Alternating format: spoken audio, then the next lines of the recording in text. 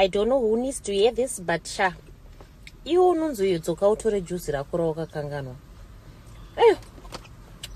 Iwo unoshonga notora juice iroro. Ufungwa tokantora juice rawakakanganwa ndopa uchasvika uchingopiwa juice nekuti zvaitene kuenda.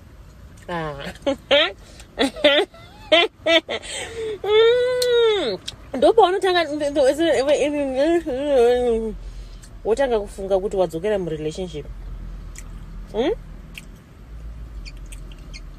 Iwe munhu akakuti watori juice rako muzotirasa juice iroro isambini kumba kwenya kuna mabini. Otherwise ka pauri kuno enda unotora juice at your own risk.